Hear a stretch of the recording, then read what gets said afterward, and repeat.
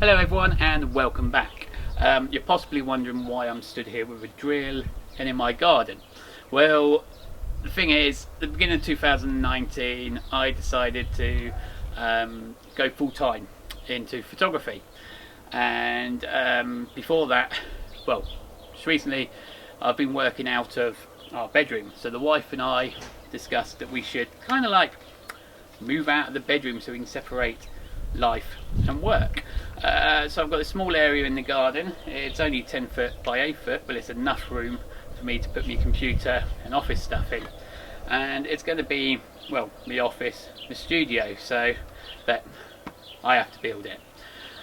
Anyway, in today's video we are going to go out and photograph a full moon this evening, so let's get on and do that.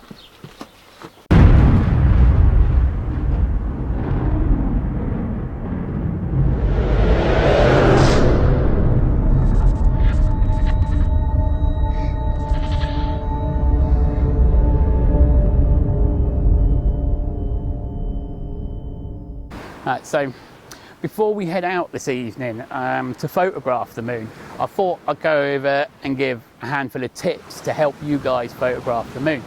Now, first tip is location. You want to know where the moon is rising because you want to get it on the horizon. That's when the moon's at its biggest. That's when we see it at its largest. So when it's coming up over the horizon is when you want to photograph it. So I use fantastic app called PhotoPills. Now I'm going to go into the phone now and open it up.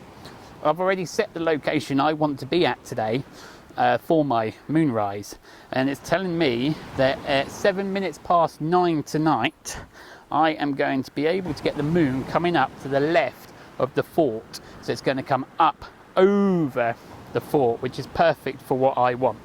So now I've got my location. The next bit is sort of like the time. Obviously that's all in with the location as well, the time and day. Now the best time to capture the moon all in one photo with your foreground is either the day before or the day of the full moon rising.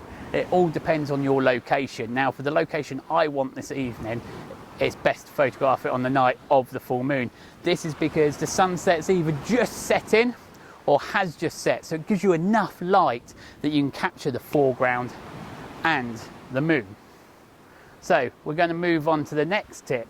Now, if you can possibly use mirror up on your camera, do so, because it's going to help reduce vibrations in the camera, and it's also going to allow more light onto your sensor while taking the photo. But you know, first off, camera, you can use any camera that's going to allow you to use a lens of effectively 300 millimeters or more, up to 800.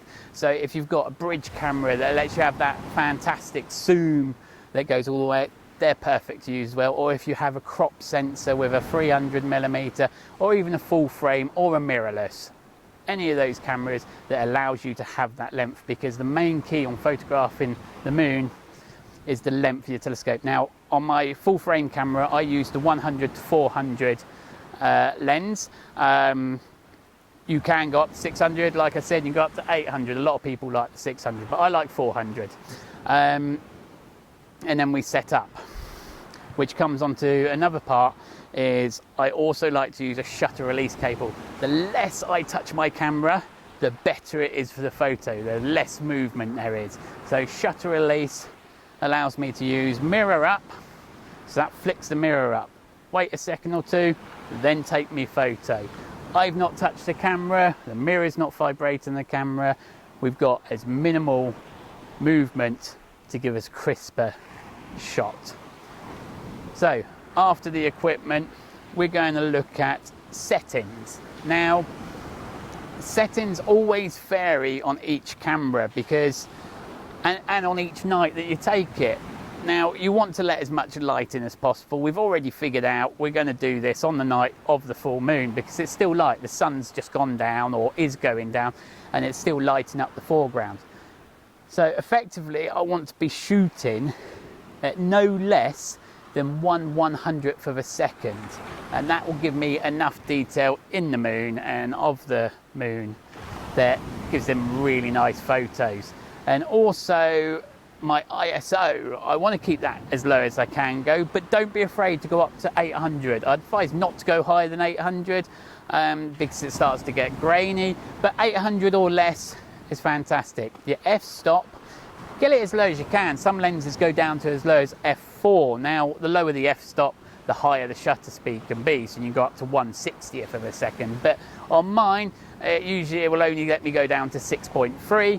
So effectively, I don't like dropping below 1/100th of a second of a shutter. So yeah, so there's your settings, there's your location. That's how you do it. These big moons, they're not photoshopped in. The last and final tip I'll give you is pretty much be as far away as your foreground interest as possible. Anything over a mile is good. 2 miles is even better, because the further away you are, the more magnified you are zoomed in, the bigger the moon's going to look and your object's going to look. And that's how you get these really nice photos. Now, let's have a look at some that I've done in the past on what sort of lenses I've used. Now, this one that I'll show up is, we're going back down to this location this evening, but from a different angle. I took this last year, and it was on a full frame camera, and it's the moon behind the fort again, and it was on a 300mm, and this is how this one turned out. I was happy with it. Now this one, I borrowed a friend's 200 to 500, the moon coming up behind the pepper pot. Now, we done this one 2 days, I think, or a day before the full moon, because of the time it takes for the moon to come up behind this hill and sit behind this building. It's roughly, you know, I had to go the day before to be able to effectively get the brightness of the moon and still the foreground lit up, because if I did it on the night of the full moon, the foreground would be too dark and I wouldn't be able to achieve this. And then finally, we're going to go into tonight's one. I'm going to be setting up for my still photo on my Nikon D610 with the 100-400, and then on the D5200, my crop sensor, I'm borrowing an 18-200 lens. Now, because the crop sensor is a 1.5, it's effectively a 300mm lens, and that's going to do the time lapse that I'm going to show you as well. So let's head on over there.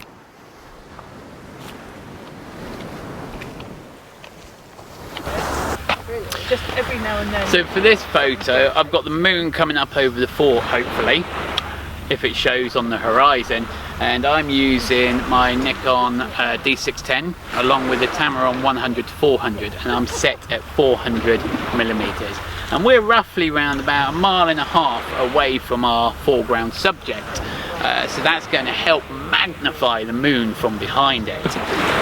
So this is where we are going to effectively get one of these big moon photos.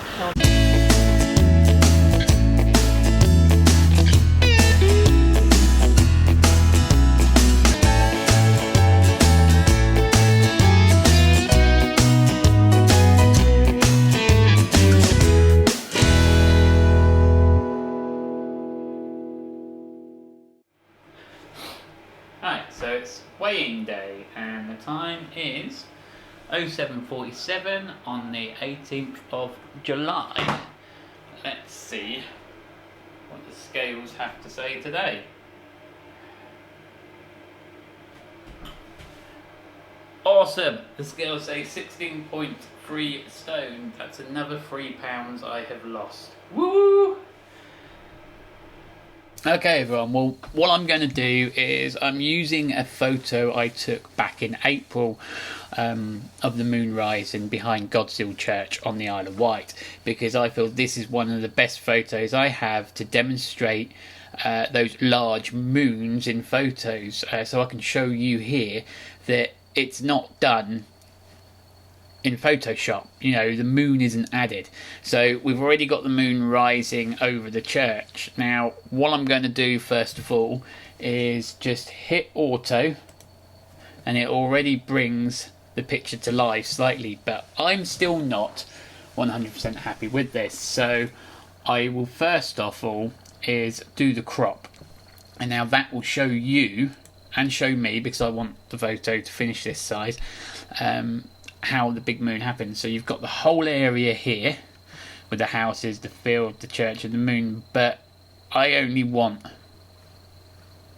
this section. So I'll bring my crop in to about here, and then down, and try and make it centre about here, and then straight away you've already got the large moon. The moon is taking up a fourth of the picture, but again it's still quite overexposed, so I'm going to bring the exposure down slightly to about here, and the contrast I'm going to bring it down a bit. I don't like adding too much contrast. Majority of the time I remove a bit of contrast just to flatten out the image. Now this is like just too dark and horrible, so here we go. The highlights, shadows, whites and blacks, the auto's done that for me, and I'm happy with what they've decided to use, so I'm going to leave them. Texture is the next one, and I'm going to bring that up quite a bit because I like to bring the detail out in the building. And then the clarity, I'm just going to add a tiny amount of clarity, not too much.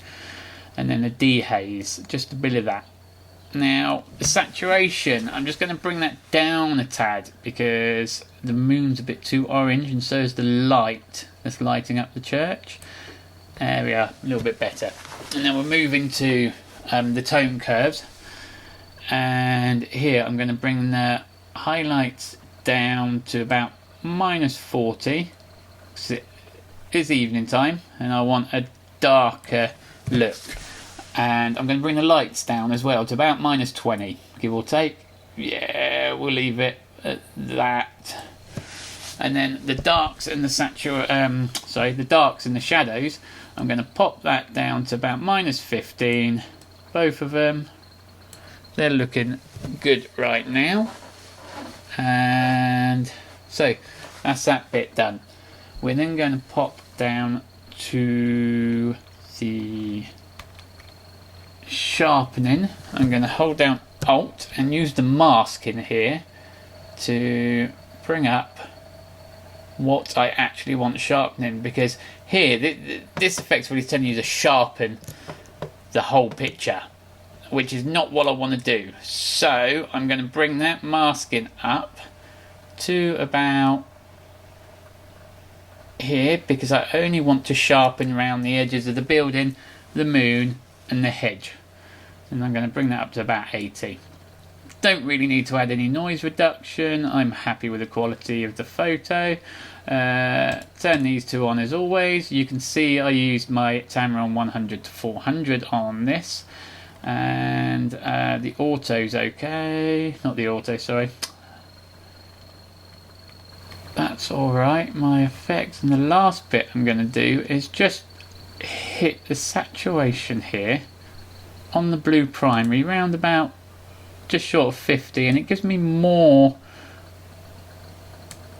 of a pop, that like a colour that I enjoy. So, and then the last bit I'm just going to put a circular just to darken the moon slightly, and then I'm happy with that, just to bring it out because I don't want to, just want that part darkened a bit. Just bring the exposure down on this bit a little bit.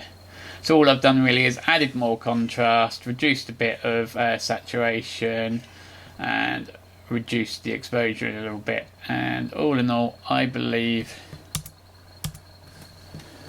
that might just add a little bit of exposure. There we go. No, drop a bit of exposure. There.